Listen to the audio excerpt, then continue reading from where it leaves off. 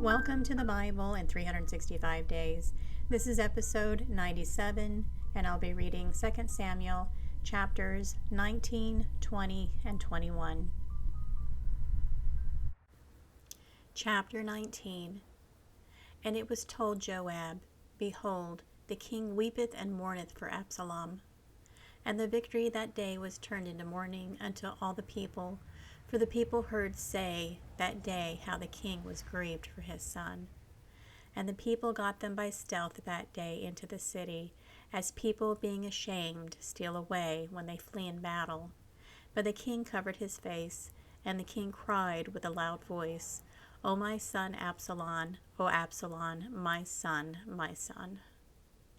And Joab came into the house of the king and said, Thou hast shamed this day the faces of all thy servants, which this day have saved thy life, and the lives of thy sons and thy daughters, and the lives of thy wives, and the lives of thy concubines.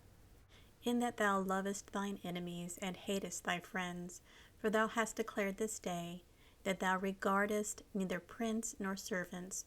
For this day I perceive, that if Absalom had lived, and all we had died this day, then it had pleased thee well. Now therefore arise, go forth, and speak comfortably unto thy servants. For I swear by the Lord, if thou go not forth, there will not tarry one with thee this night, and that will be worse unto thee than all the evil that befell thee from thy youth until now.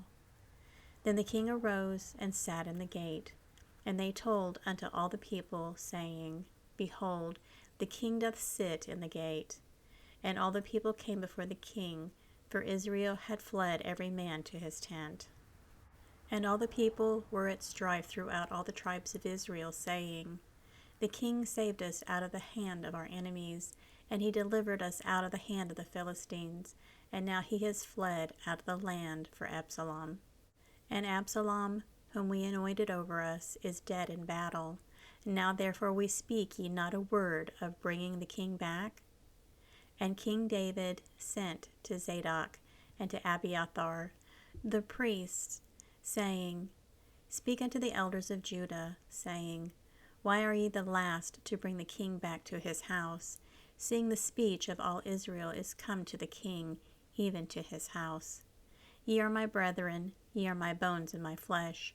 Wherefore then are ye the last to bring back the king? And say ye to Amasa, Art thou not of my bone and of my flesh? God do so to me, and more also, if thou be not captain of the host before me continually in the room of Joab. And he bowed the heart of all the men of Judah, even as the heart of one man, so that they sent this word unto the king, Return thou, and all thy servants. So the king returned, and came to Jordan, and Judah came to Gilgal, to go to meet the king, to conduct the king over Jordan. And Shimei the son of Gera, a Benjamite, which was of Bahurim, hasted and came down with the men of Judah to meet King David. And there were 1,000 men of Benjamin with him, and Ziba the servant of the house of Saul, and his 15 sons, and his 20 servants with him, and they went over Jordan before the king. And there went over a ferry boat to carry over the king's household, and to do what he thought good. And Shimei the son of Gera fell down before the king, as he had come over Jordan, and said unto the king, Let not my lord impute iniquity unto me, neither do thou remember that which thy servant did perversely, the day that my lord the king went out of Jerusalem, that the king should take it to his heart. For thy servant doth know that I have sinned. Therefore, behold, I am come the first this day of all the house of Joseph, to go down to meet my lord the king. But Abishai, the son of Zeruiah, answered and said, Shall not Shimei be put to death for this, because he cursed the Lord's anointed? And David said, What have I to do with you, ye sons of Zeruiah, that ye should this day be adversaries unto me? Shall there be any man be put to death this day in Israel? For do not I know that I am this day king over Israel? Therefore the king said unto Shimei, Thou shalt not die. And the king sware unto him. And Mephibosheth, the son of Saul, came down to meet the king. and had neither dressed his feet, nor trimmed his beard, nor washed his clothes, for the day the king departed until the day he came again in peace.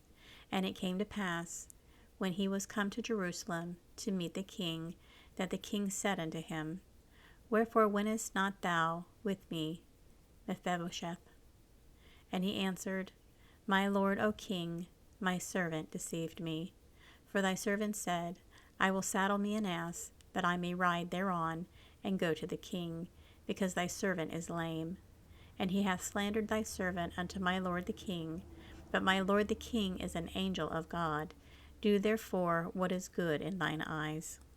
For all of my father's house were but dead men before my lord the king. Yet didst thou set thy servant among them that did eat at thine own table. What right therefore have I yet to cry any more unto the king? And the king said unto him, Why speakest thou any more of thy matters? I have said, and thou and Ziba divide the land. And Mephibosheth said unto the king, Yea, let him take all, for as much as my lord the king is come again in peace unto his own house. And Barzillai the Gileadite came down from Rogalim, and went over Jordan with the king, to conduct him over Jordan. Now Barzillai was a very aged man, even 80 years old, and he had provided the king a sustenance while he lay at Mahanaim, for he was a very great man. And the king said unto Barzillai, Come thou over with me, and I will feed thee with me in Jerusalem. And Barzillai said unto the king, How long have I to live, that I should go up with the king unto Jerusalem? I am this day 80 years old, and can I discern between good and evil? Can thy servant taste what I eat or what I drink? Can I hear any more the voice of singing men and singing women? Wherefore then should thy servant be yet a burden unto my lord the king? Thy servant will go a little way over Jordan with the king, and why should the king recompense me with such a reward? Let thy servant, I pray thee, turn back again, that I may die in mine own city, and be buried by the grave of my father and of my mother. But behold, thy servant Chimham, let him go over for my lord the king, and do with him what shall seem good unto thee. And the king answered, Chimham shall go over with me, and I will do to him that which shall seem good unto thee, and whatsoever thou shalt require of me, that I will do for thee. And all the people went over Jordan, and when the king was come over, the king kissed Barzillai, and blessed him, and he returned unto his own place. Then the king went to Gilgal, and Chimham went on with him, and all the people of Judah conducted the king, and also half the people of Israel. And behold, all the men of Israel came to the king, and said unto the king, Why have our brethren the men of Judah stolen thee away, and have brought the king and his household, and all David's men with him over Jordan? And all the men of Judah answered the men of Israel, Because the king is near of kin to us. Wherefore then be ye angry for this matter? Have we eaten at all of the king's cost, or hath he given us any gift? And the men of Israel answered the men of Judah, and said, We have 10 parts in the king, and we have also more right in David than ye. Why then do ye despise us, that our advice should not be first had in bringing back our king? And the words of the men of Judah were fiercer than the words of the men of Israel. Chapter 20. And there happened to be there a man of Belial, whose name was Sheba, the son of Bichri, a Benjamite. And he blew a trumpet, and said, We have no part in David, neither have we inheritance in the son of Jesse, every man to his tents, O Israel. So every man of Israel went up from after David, and followed Sheba the son of Bichri. But the men of Judah clave unto their king, from Jordan even to Jerusalem. And David came to his house at Jerusalem. And the king took the 10 women his concubines, whom he had left to keep the house, and put them in ward, and fed them, but went not in unto them. So they were shut up unto the day of their death, living in widowhood. Then said the king to Amasa, Assemble me the men of Judah within 3 days, and be thou here present. So Amasa went to assemble the men of Judah, but he tarried longer than the set time which he had appointed him. And David said to Abishai, Now shall Sheba the son of Bechri do us more harm than did Absalom. Take thou thy Lord's servants, and pursue after him, lest he get him fenced cities, and escape us. And there went out after him Joab's men, and the Cherethites, and the Pelethites, and all the mighty men. And they went out of Jerusalem to pursue after Sheba the son of Bichri. When they were at the great stone which is in Gibeon, Amasa went before them, and Joab's garment that he had put on was girded unto him, and upon it a girdle with a sword fastened upon his loins in the sheath thereof. And as he went forth, it fell out. And Joab said to Amasa, Art thou in health, my brother? And Joab took Amasa by the beard with the right hand to kiss him. But Amasa took no heed to the sword that was in Joab's hand. So he smote him therewith in the 5th rib, and shed out his bowels to the ground, and struck him not again, and he died. So Joab and Abishai his brother pursued after Sheba the son of Bichri. And one of Joab's men stood by him, and said, He that favoureth Joab, and he that is for David, let him go after Joab. And Amasa wallowed in blood in the midst of the highway. And when the men saw that all the people stood still, he removed Amasa out of the highway and into the field, and cast a cloth upon him, when he saw that every one that came by him stood still. When he was removed out of the highway, all the people went on after Joab, to pursue after Sheba the son of Bichri. And he went through all the tribes of Israel unto Abel, and to Bethmaachah, and all the Berites, and they were gathered together, and went also after him. And they came and besieged him in Abel of Bethmaachah, and they cast up a bank against the city, and it stood in the trench. And all the people that were with Joab battered the wall, to throw it down. Then cried a wise woman out of the city, Hear, hear, say, I pray you, unto Joab, Come near hither, that I may speak with thee. And when he came near unto her, the woman said, Art thou Joab? And he answered, I am he. Then she said unto him, Hear the words of thine handmaid. And he answered, I do hear. Then she spake, saying, They were wont to speak in old time, saying, They shall surely ask counsel at Abel. And so they ended the matter. I am one of them that are peaceable and faithful in Israel. Thou seekest to destroy a city and a mother in Israel. Why wilt thou swallow up the inheritance of the Lord? And Joab answered and said, Far be it from me, that I should swallow up or destroy. The matter is not so. But a man of Mount Ephraim, Sheba the son of Bichri by name, hath lifted up his hand against the king, even against David. Deliver him only, and I will depart from the city. And the woman said unto Joab, Behold, his head shall be thrown to thee over the wall. Then the woman went unto all the people in her wisdom, and they cut off the head of Sheba the son of Bichri, and cast it out to Joab, and he blew a trumpet, and they retired from the city. Every man to his tent, and Joab returned to Jerusalem unto the king. Now Joab was over all the host of Israel, and Benaiah the son of Jehoiada was over the Cherethites and over the Pelethites, and Adoram was over the tribute, and Jehoshaphat the son of Ahilud was recorder, and Sheba was scribe, and Zadok and Abiathar were the priest, and Ira also the Jerite was a chief ruler about David. Chapter 21. Then there was a famine in the days of David 3 years, year after year, and David inquired of the Lord, and the Lord answered, It is for Saul and for his bloody house, because he slew the Gibeonites.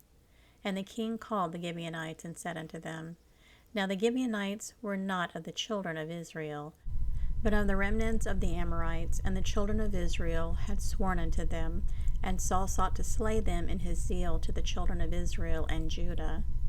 Wherefore David said unto the Gibeonites, What shall I do for you, and wherewith shall I make the atonement, that ye may bless the inheritance of the Lord?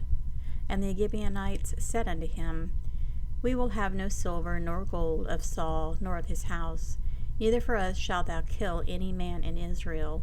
And he said, What ye shall say, that will I do for you.